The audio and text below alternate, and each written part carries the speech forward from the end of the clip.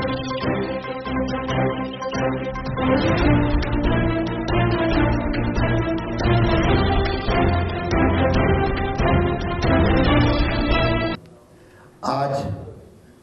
सबसे पहले तो आप सबका स्वागत है, अभिनंदन है।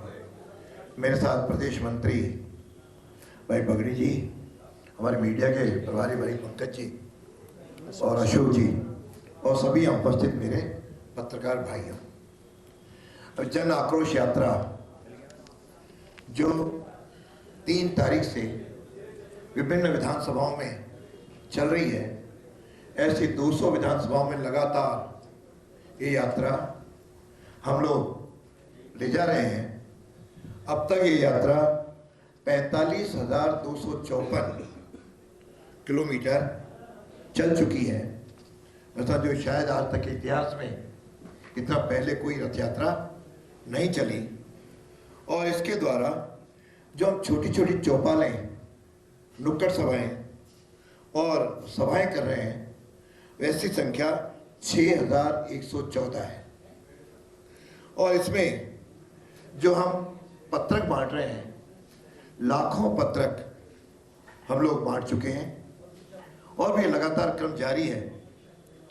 और इसके साथ जो सुझाव और समस्या के पत्रक हैं, वे भी हमारे पास 84,000 आ चुके हैं। मुझे लगता है ये लगभग धीरे धीरे बढ़ते जा रहे हैं। लोगों में आक्रोश है और इस प्रकार का जब हम लोगों के पास जा रहे हैं, मैं समझता हूँ जो वर्तमान परिस्थितियाँ हैं, राजनीतिक परिस्थितियाँ हैं, चाहे सामाजिक परिस्थितियाँ हैं, और उसमें जिस प्रकार से शासन चल रहा है, उसमें जंगल राज, कुशासन और भ्रष्टाचार को लेकर के ये हमने प्रारंभ की है।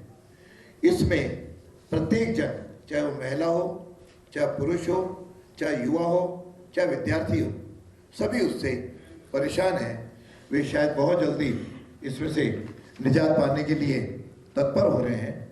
जो आज विशेष रूप से मैं विद्यार्थियों के बीच में रहता हूँ, युवाओं के बीच में रह रहा हूँ, तो युवाओं में जिस प्रकार से ये आक्रोश सामने आया है, उससे हमारी शिक्षा में जिस प्रकार की अव्यवस्था है, जिस प्रकार का भ्रष्टाचार है और जिस प्रकार की अराजकता है, वह पिछले 4 सालों के अंदर इसका बहुत ही बुरा हाल है।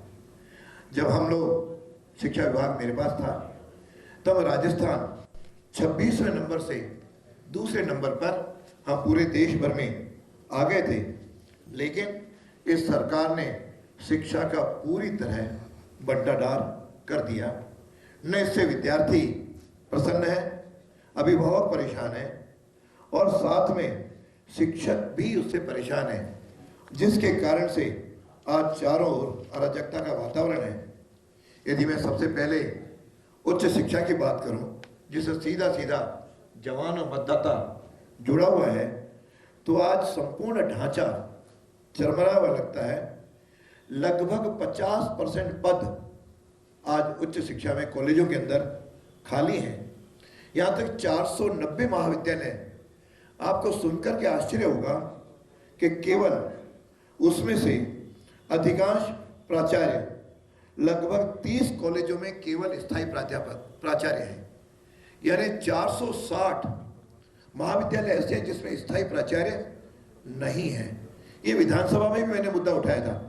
उस समय तत्कालीन उच्च शिक्षा मंत्री ने ये आश्वासन दिया था कि अगले साल जुलाई से सब लग जाएंगे। आज उसको भी 2 साल हो गए।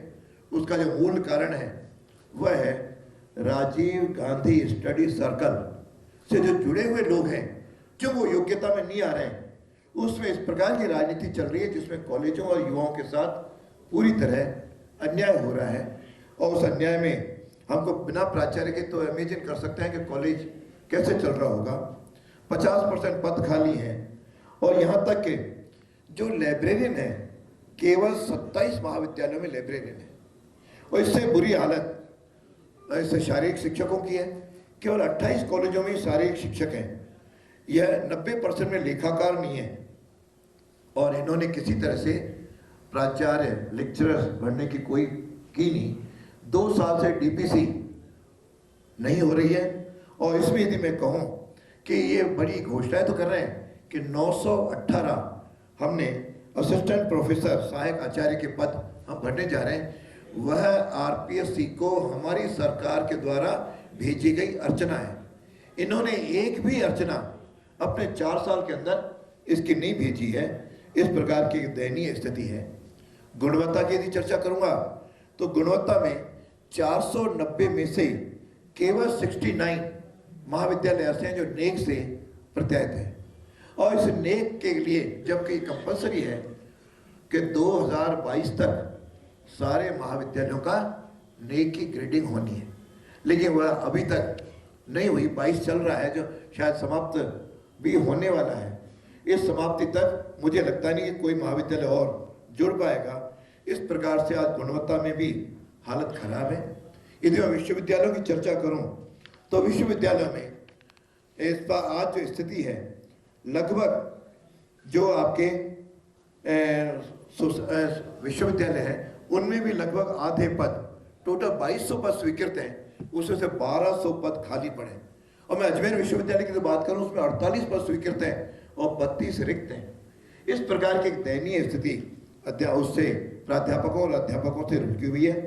और यदि पदों की और बात करूं थोड़ी सी विस्तार से, इन्होंने नए नए महाविद्यालय खोलने की बहुत वाहवाही लूटी कि हमने इतने महाविद्यालय खोले, लेकिन वे महाविद्यालय सोसाइटी के आधार पर खोजें, वो सोसाइटी के द्वारा संचालित होंगे। और सोसाइटी के द्वारा 166 महाविद्यालय सामान्य के और 29 एग्रीकल्चर के महाविद्यालय, जिनमें 1148 पद स्वीकृत हैं, लेकिन एक भी पद इस समय भरा हुआ नहीं है। टीचिंग में, नॉन टीचिंग में भी 2324 पद इन्होंने स्वीकृत तो किए, लेकिन एक भी पद आज भरा हुआ नहीं है। तो नए खुले हुए महाविद्यालयों की भी हालत ये है। अपने सबकी जानकारी है कि साधारणतया स्टूडेंट और टीचर का रेशियो 30:1 होता है, लेकिन इस समय 100:1 है। यानी इस 100 विद्यार्थियों पर केवल एक ही प्राध्यापक लगा हुआ है, जिसके आधार पर हम शिक्षा की गुणवत्ता चर्चा कर सकते हैं। हमने एक व्यवस्था की थी कि जहां कम अध्यापक है वहां थोड़ा सा भरे, लेकिन सरकार में सारी अव्यवस्था फैली हुई है, जिसमें सारे अध्यापक जितने भी राजनेता हैं वह अपने अपने कॉन्स्टिट्यूंसीज में ले जा रहे हैं। आज जहां पर उपखंडों इत्यादि में महाविद्यालय हैं, वहां एक भी पद इस समय लेक्चरर्स नहीं है और 0 के साथ ये लोग चल रहे हैं। और यदि उच्च शिक्षा की मैं बात आगे करूं तो आपको विश्वविद्यालयों में किस प्रकार से भ्रष्टाचार है, आपको ध्यान होगा कि गुरुकुल विश्वविद्यालय विधानसभा के अंदर इस सरकार ने पारित कराया था, लेकिन जब वास्तविकता आई तो उसके बाद जब हमने अध्यक्ष से बात की मजबूरन होकर के, उस विश्वविद्यालय की मान्यता समाप्त करने की वापस ये लोग कानून विधेयक लाए। और आज उसके बाद अभी 3 और विश्वविद्यालय, जिसमें सौरभ विश्वविद्यालय है, व्यास विश्वविद्यालय है और ड्यून्स विश्वविद्यालय, तीनों को गवर्नर ने वापस भेजा है। और इस आधार में भेजा है कि उसके अंदर काफी गड़बड़े हैं। यहाँ तक कि विश्वविद्यालय के पास एक के पास तो जमीन ही नहीं है और कईयों ने पट्टा नहीं लिया, कोर्सेज का पता नहीं।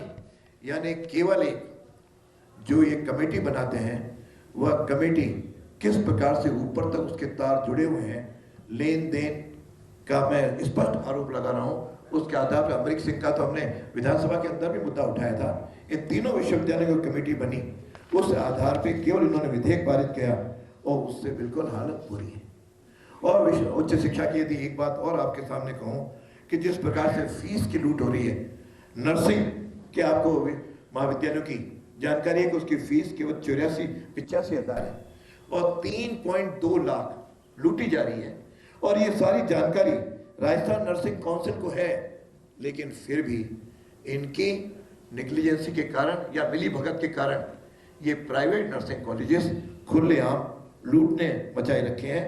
और आज सरकारी कॉलेजों में तो स्थिति ये बनी कि लगातार 15,000 आज जो विद्यार्थियों का ये स्थित जो सीट्स हैं वो खाली पड़ी हैं।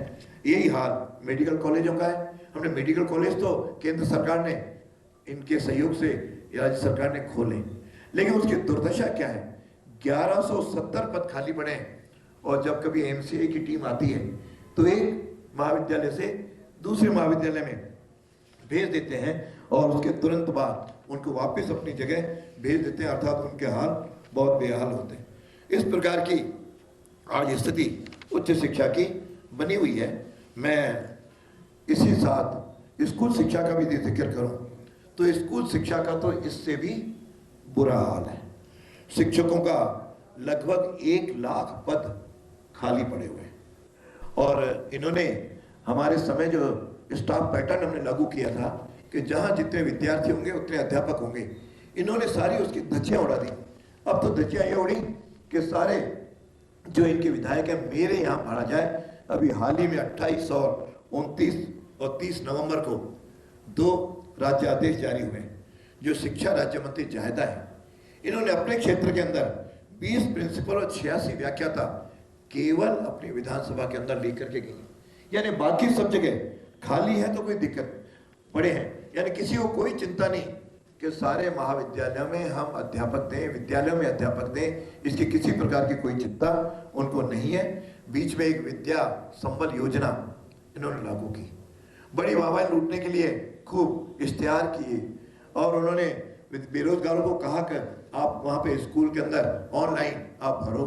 93,000 पदों की इन्होंने घोषणा की, लेकिन उसको भी इन्होंने स्थगित कर दिया और आज स्थिति ये बनी कि अर्धवार्षिक परीक्षाएं इस महीने हो रही हैं और 4 महीने बाद वार्षिक परीक्षा होगी।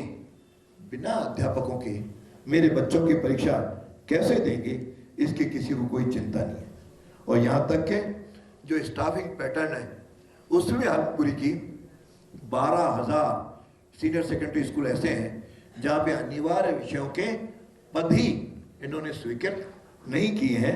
बिना हिंदी इंग्लिश लैंग्वेज की कैसे वहाँ पे विद्यार्थी पढ़ेगा, इसकी इनको कोई चिंता नहीं। दूसरी वाहवाही ये लूट रहे हैं कि अंग्रेजी माध्यम के हमने स्कूल 1662 खोले। अरे भाई, अंग्रेजी माध्यम के स्कूल इन्होंने खोले नहीं है, हिंदी मीडियम के स्कूल बंद किए हैं। उनके केवल बोर्ड एक लगा दिया इंग्लिश मीडियम स्कूल और वो अंग्रेजी हो गए, न तो वहाँ अध्यापकों की कोई व्यवस्था है। यहाँ तक मिड सेशन अभी लगभग 500 स्कूल तो भी नवंबर में इन्होंने इंग्लिश मीडियम के घोषणा की है, तो नवंबर तक तो बालक हिंदी में पढ़ेगा और दिसंबर से उसको अंग्रेजी माध्यम में पढ़ाओगे। ये किस प्रकार की व्यवस्था है? मेरे बच्चों के साथ क्यों अन्याय हो रहा है? इसके कारण भी पूरी तरह रोष है। और यहाँ तक कि कई जगह आपने हिंदी मीडियम बंद तो किए, इंग्लिश मीडियम आपने लेबल लगा दिया, लेकिन हिंदी मीडियम में पढ़ने वाले बच्चे कहाँ जाएंगे, इसकी किसी प्रकार की इन्होंने कोई व्यवस्था नहीं की। बच्चे दर दर भटक रहे हैं और स्कूल में कमरे नहीं है, इसलिए हिंदी मीडियम के बच्चों के साथ इस प्रकार का अन्याय करना मैं समझता हूँ कि यह किसी भी सरकार को शोभा नहीं देता।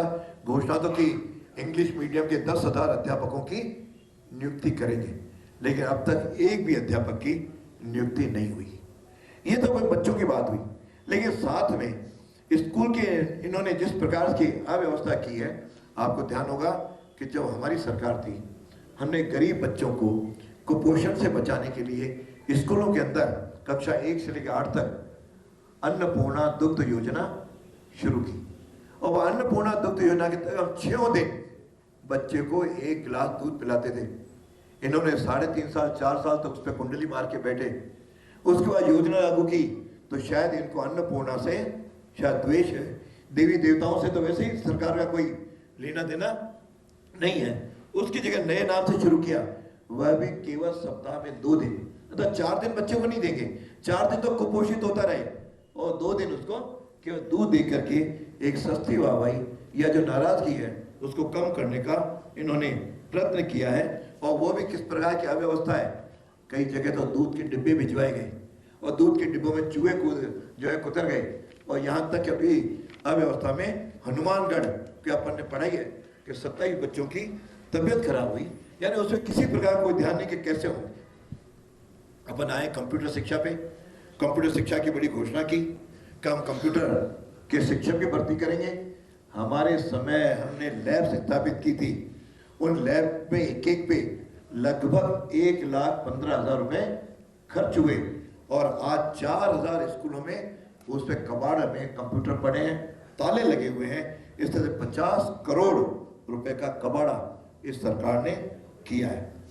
स्कूलों की दुर्दशा, तो जब अध्यापकों से बात करता हूँ तो अध्यापकों को पहले हमारे समय हमने एक कंपोजिट ग्रांट शुरू की थी, और उस कंपोजिट ग्रांट में तय किया था कि जहाँ बच्चे 1 से 30 होंगे वहाँ हम 10,000 रुपये देंगे, जहाँ 31 से 100 होंगे वहाँ 25,000 देंगे, जहाँ 101 से 250 तक के होंगे वहाँ 50,000 देंगे, 251 से 1,000 तक होंगे तो 75,000 देंगे, जहाँ पे बच्चे 1,000 से ज़्यादा होंगे 1 लाख रुपए की स्कूल फैसिलिटी ग्रांट हमने शुरू की थी। लेकिन आज स्कूलों में वह ग्रांट पहुंच नहीं रही है। बेचारे प्रधानाध्यापक को, अध्यापक को अपनी जेब से चौक और डस्टर तक लाने पड़ रहे हैं। यहाँ तक बिजली के बिल कई स्कूलों के लोग, अध्यापक, वहाँ का प्रधानाचार्य भर नहीं पा रहा है। इस प्रकार की स्थिति आज स्कूलों में बनी है। इसके परिणाम स्वरूप ये घोषणा करें कि हमारा नामांकन बढ़ा है। 6,11,000 नामांकन इस वर्ष कम हुआ है। यानी विद्यार्थी स्कूल में काहे वहाँ स्कूल में उसे अध्यापक नहीं मिलता, उसको फैसिलिटी नहीं मिलती, उसे कंप्यूटर पढ़ाने नहीं मिलता, तो इस प्रकार वहाँ से कम होता गया। और प्रतिवर्ष घोषणा तो करते हैं कब 10% विद्यार्थी बढ़ाएंगे, उसकी जगह 6 लाख कम हुए हैं।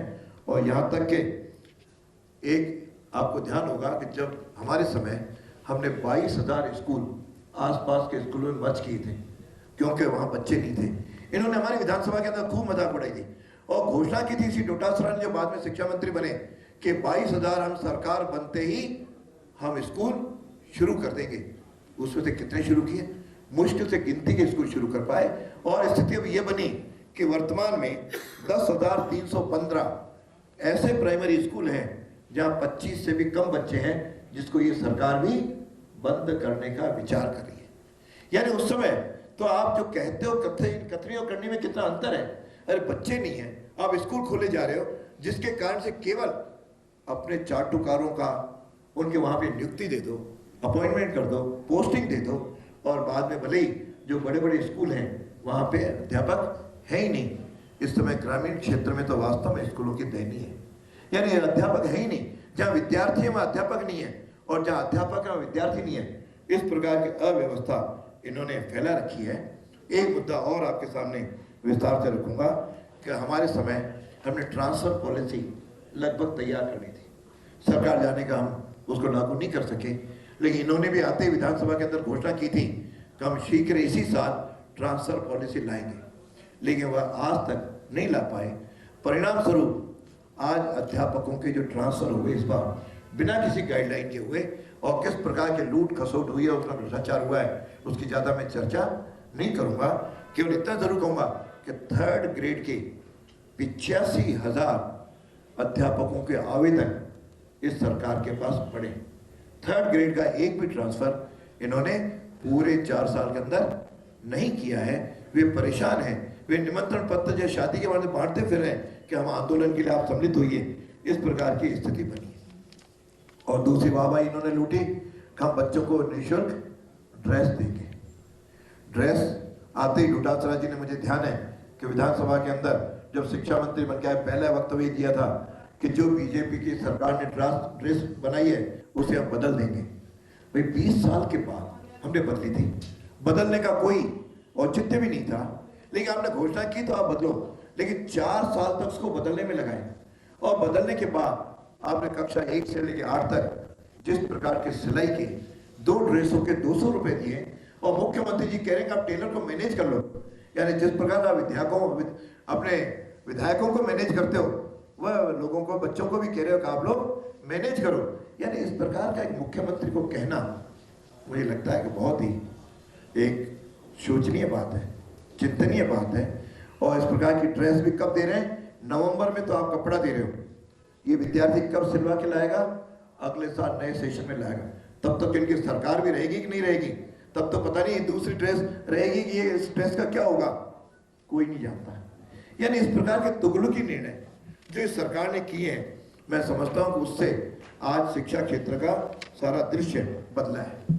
बच्चों की पढ़ाई के लिए, बच्चों में गुणवत्ता सुधार के लिए हमने प्रयत्न किया था कि हमेशा इंटेलिजेंट बच्चों को लैपटॉप दिया जाए।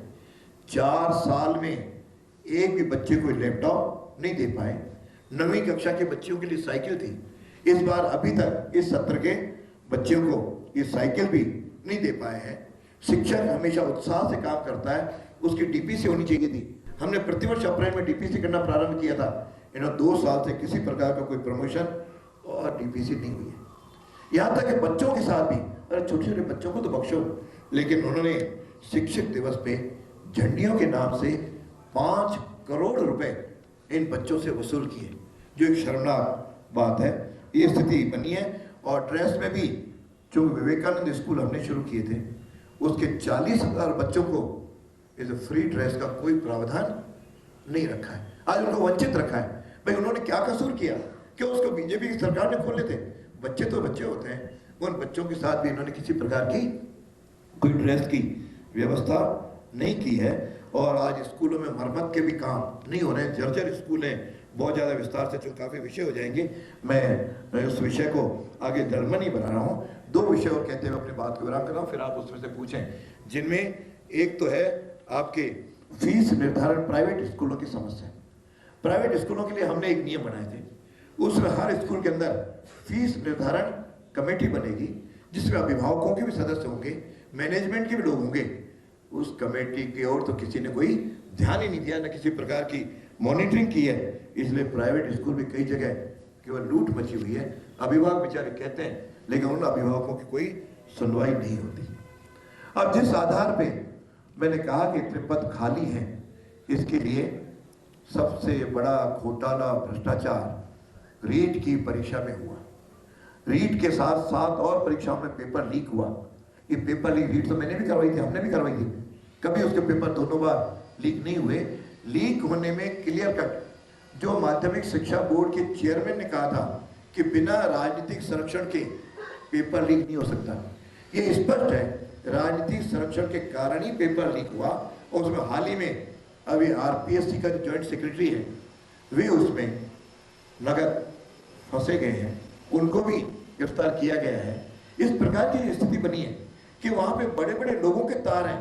मेरा तो अभी भी मानना है, इस पेपर लीक में शिक्षा राज्य मंत्री सुभाष गर्ग के भी तार जुड़े हुए हैं। मैं स्पष्ट आपके सामने और लगाता हूं, क्यों पेपर जहां पे छपा कलकत्ता के फर्म में, वहां भी संबंध थे। जारोली इनका आदमी था, और उसके बाद अभी तक भी जारोली से किसी प्रकार की कोई पूछताछ नहीं हुई, न उनको गिरफ्तार किया गया। यानी ये मिली भगत चुप, बड़े तार नहीं फंसे। इसलिए नीचे एसओजी को दी, एसओजी की क्या रिपोर्ट हुई, एसओजी का क्या परिणाम निकले, आज तक जनता के पास नहीं आया है। उस पर प्रारंभ में उसको ठंडा करने के लिए जरूर कुछ घोषणाएं करते गए, लेकिन आज भी रीट की परीक्षा की पूरी तरह न तो जांच हुई है, न आरोपी जेल गए। बड़े बड़े घात यहाँ पे आज भी बचे हुए हैं।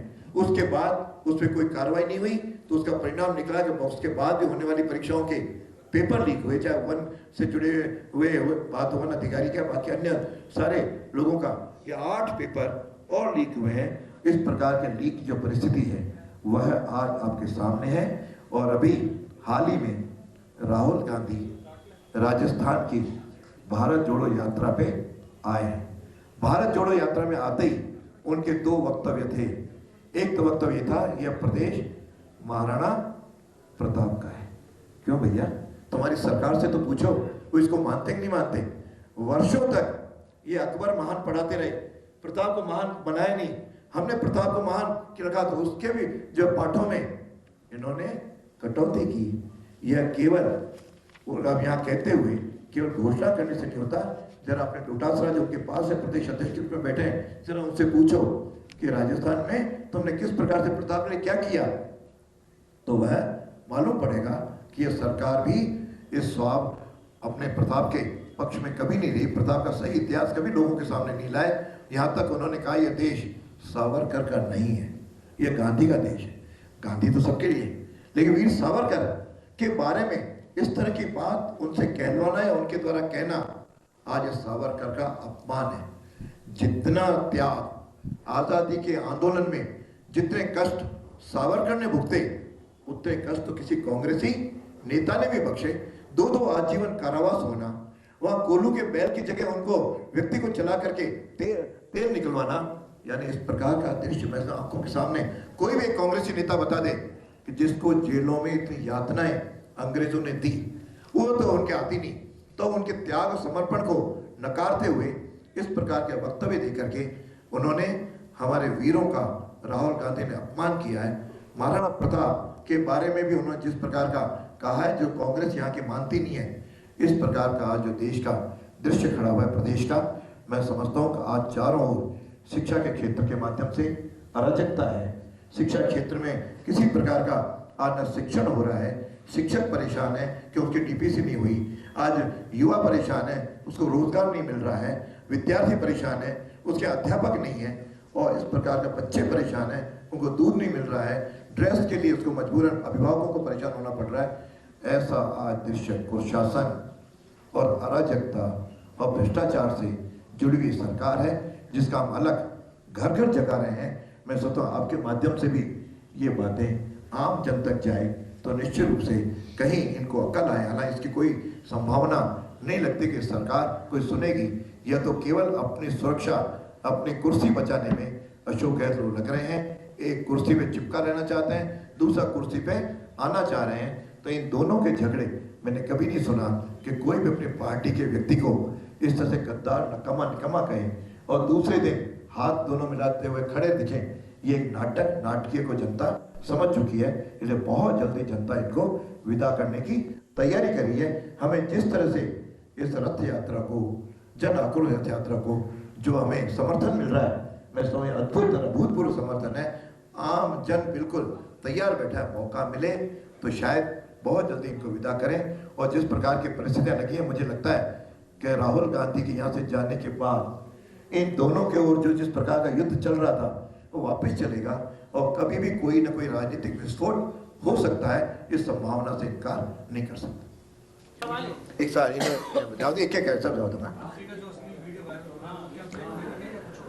देखो, इसकी पूरी तरह निष्पक्ष जांच होनी चाहिए। वैसे तो कांग्रेस का इतिहास इन चीज़ों से सबसे जुड़ा हुआ है। जिस प्रकार से पुराना मिल्खा सिंह और वो दूसरे एक मंत्री, क्या नाम उनका, उस समय कांड, अभी जो जेलों में थे अब बाहर आए हैं, उसके पहले बाबूलाल, कई प्रकार के नाम अखबारों में आते रहे। तो इस प्रकार की घटना यदि हो तो भी शायद अतिशयोक्ति नहीं होगी, लेकिन इसकी जांच होने के बाद ये जांच सही पाए जाते हैं तो तुरंत अशोक गहलोत को, ऐसे मंत्री को बर्खास्त करना चाहिए, ताकि शिक्षा क्षेत्र में और बाकी क्षेत्रों में जन के अंदर एक नैतिकता का वातावरण बने।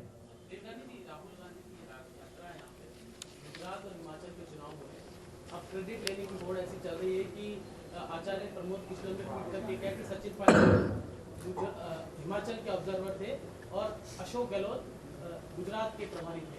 ऐसे में अब सचिन पायलट जो युवा नेता है वो साफ तौर पर दिखाई दे रहा है कि वो भारी पड़े अशोक गहलोत। इस पर आपका क्या कहना है? ऐसा है कि वैसे रघु शर्मा और अशोक गहलोत की तो सारा क्या हाल है गुजरात में, इसमें कोई टिप्पणी करना शायद उचित नहीं है।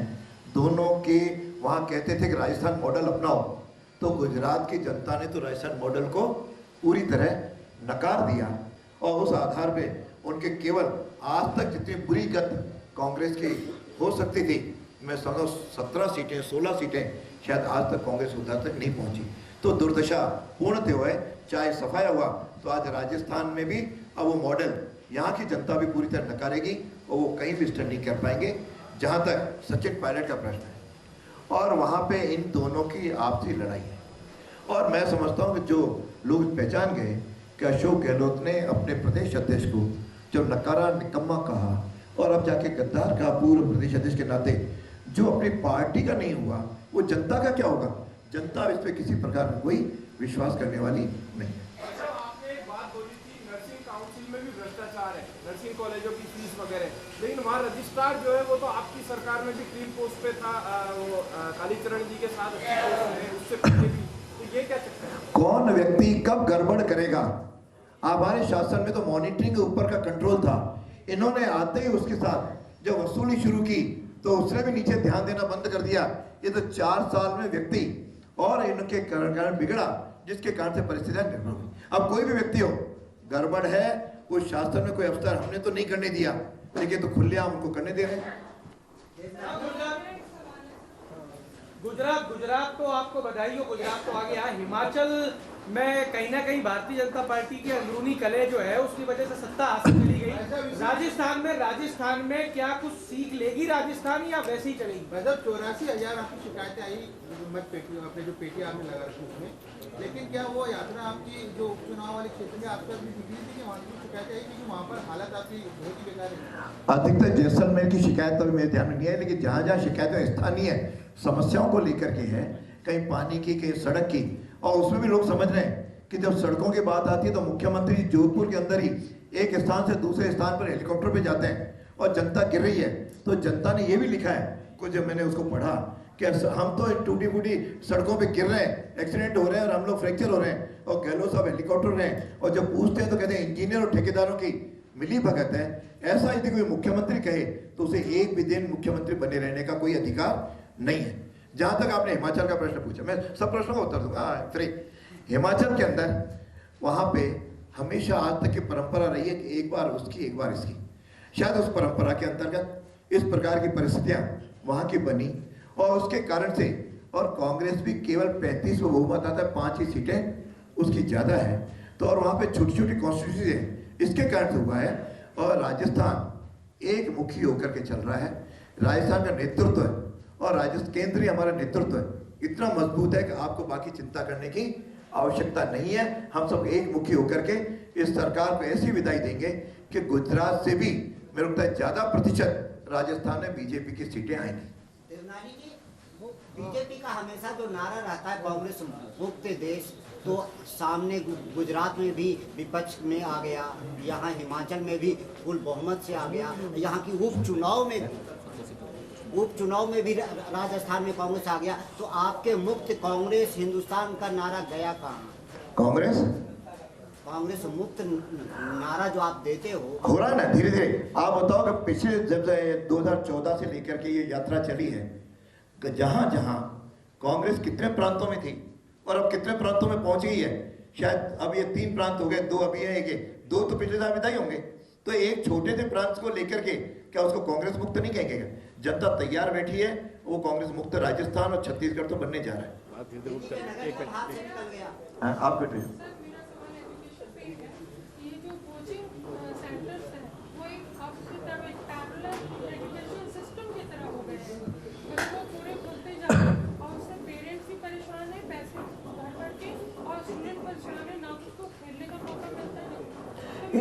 मेरा सवाल आपसे ये है, एजुकेशन का स्तर जब स्कूलों में कम होता है तो ये परिस्थितियाँ पैदा होती है।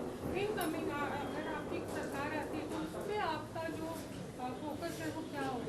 देखो, हमारा फोकस ये होगा कि जो सरकारी स्कूल है उसकी गुणवत्ता में सुधार किया जाए।